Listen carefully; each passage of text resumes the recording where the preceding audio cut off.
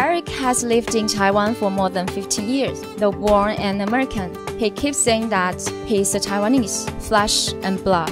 Okay, basically when I was in college, I studied, officially my major was political science actually, but I specialized in international relations and this sort of thing, and especially in classes on Asia. And so I decided, well, okay, I would pursue the Asian aspect of this, and so I should go to Asia and spend some time there, travel around, maybe learn one of the languages and so forth. So I ended up picking Taiwan, partly because I had originally decided I would learn Chinese, say, rather than learn Japanese. Okay. You first teaching English in Taiwan? Yeah. And, you know, I still teach. And, you know, most of my income is still either from teaching or from editing or translating or that kind of thing. And he bears a special fondness for Taiwan's pop music. Our interview took us to his place, and his cabinets and floors are piled up with CDs, vinyl records, and books. When I listen to music, I don't just listen to it as background music. I want to know more about the background of the song or the, you know, band, or, you know, like when was the song released, and that sort of thing. So I prefer to have sort of a historical context. You know. But Taiwanese music, there's not much. Okay, basically, no one's done a giant encyclopedia of Taiwanese popular music or anything like that. There are tons of these things for Western music, but for Taiwanese music, there are very few books that cover certain areas. And so the only way to find that out was maybe to find the original record or something like that. And so at that time I started to actually collect things like original records. When it comes to his music collection, Eric talked and poured his heart out like a small child. From Lo Tayu, Huang Shujun, Huang, Sylvia Chang, and Tracy Huang, Eric knows about their songs like the back of his hand. Well, as I mentioned early on, I listened to a lot of things like Huang Shujun or Lo Tayu. Now, Lo Tayu especially a little bit older, so I think originally it was Lo Tayu, Li Taishang, these two songwriters. I was trying to get some of their early compositions. You know, actually for example, Lo Tayu, actually his best music is the stuff he sang himself.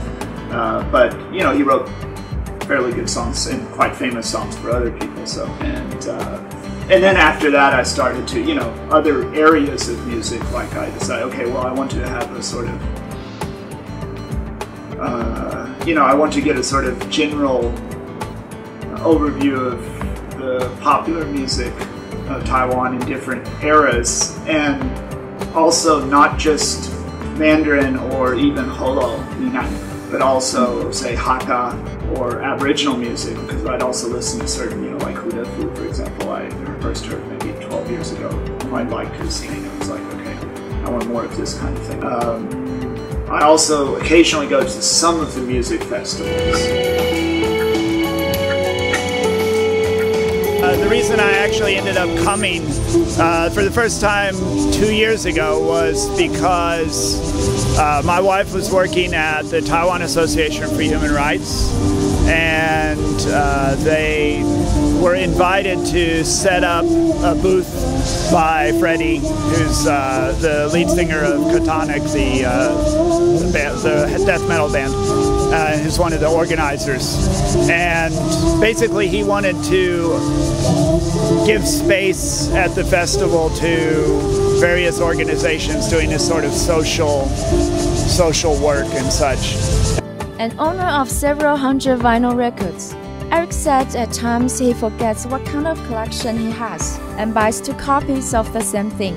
He likes the larger-than-life sound quality of the records and listens to them only ever so often because he's worried about scratches, so some of them are put away in his most treasured cache. You know, now I have too many CDs to be able to listen to all of them regularly. Yeah. And, you know, actually I still quite often listen to some of my Western, you know, albums, rock albums, you know, whether recent or, I should say really recent Western stuff I have less because I've been in Taiwan too long and I don't hear as much of the interesting new bands. But so a lot of my Western collection tends to be older stuff. I don't want to play it a lot because, yes, there's more danger of it being damaged. Also, it's just a little bit more trouble. I mean, I like the feel of playing records, but I'm not one of those people who say I like the record design, the design of the vinyl record and so forth, and I do kind of like the feeling of putting the thing down and so forth. And because of his collections, he's been dubbed as Taiwan's vinyl record expert, kind of tongue-in-cheek, and became a local celeb. But Eric doesn't care too much about the title, because he collects more than Taiwan's music records. Music is, of course, my main thing, but I read a lot, actually. That's the other thing I collect. Basically I buy two things. I buy music and books. When I came to Taiwan, at first I didn't pay a lot of attention to local music, but after a couple of years I started to listen to more, and I was like, well, I should a little bit more content in like the lyrics and so forth. So actually I used that to also study the Chinese, We talked about interviewing Eric in English, and he answered in authentic Mandarin Chinese, half jokingly, "Are we speaking English then? But I speak better Chinese now." His Taiwanese wife, of course, gets the credit for his Chinese fluency. 那你这么会说中文，跟娶了台湾的老婆有关系吗？ I took one semester of Chinese, so basic Chinese, basically. It's sort of like your first semester of junior high school. And in class we didn't learn 注音 but I learned it from Taiwanese students. Actually, I think I got a Taiwanese I knew in the United States to just give me a sort of chart to compare it to, and it doesn't take. So you know all those. Oh yeah. That didn't take long. I mean, once you learn the basic sounds in Chinese, it's easy to learn that. So when I came to Taiwan, it wasn't difficult to adjust. And yes, of course, friends, girls I went out with, that sort of thing. I would also practice Chinese with them. And so yes, that also. Did you help? Of course. Of course. So if you want to learn English, that's the way.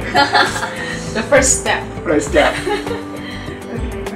Eric not only thinks of himself as a native Taiwanese, he's the champion of the local adage that he who listens to the wife will come to fame and riches. Particular, say, precise social or political issues where, we may not agree entirely, but as far as general attitude and, environment, say, driving or, burning ghost money or that sort of thing. Actually, probably I'm more political than she is in some ways. Or she'll support very small. Actually, I also try and support as much as I can. Try and get people to say, okay, well, you can try voting for the Green Party, for example. The Green Party meaning the Green Party, not meaning say the DPP or TSC. Those parties. Taiwan has a Green Party, for example, an environmental party. Very small. Haven't won any elections yet, but maybe if Taiwanese really get tired of the big parties, they'll start voting for these ones. That would be good. And she would be basically the same in that sort of thing. So. And you influence each other? Yes, maybe? Of course. I mean, we've known each other for a very long time, so yes, we also. I'm sure that also is a factor. Yes, mutual influence. So. Right. I mean, with 15 years or something like that. So. Though we didn't get to meet his wife, we were thrilled to personally witness Eric's treasure trove of Taiwanese vinyl records. As we cheered and hooted, Eric decided to entertain us by playing a song he wrote.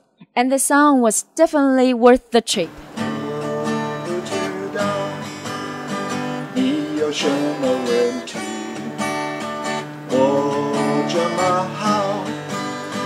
却不给我你的心，我绝对是这里最帅的人，也没人比我聪明。当我表示对你有兴趣，为何不想要你的心？每个周末跟朋友去，把口袋里的钱全花光，别说这样不太划算，牵扯到爸的我也不管。 我要穿得很流行，我要跟大家一样，衣服一定要名牌，得到朋友夸奖。好可爱，好可爱啊！对了，那些歌词都是你自己写的吗？对啊，都是我写的。你老婆有听过吗？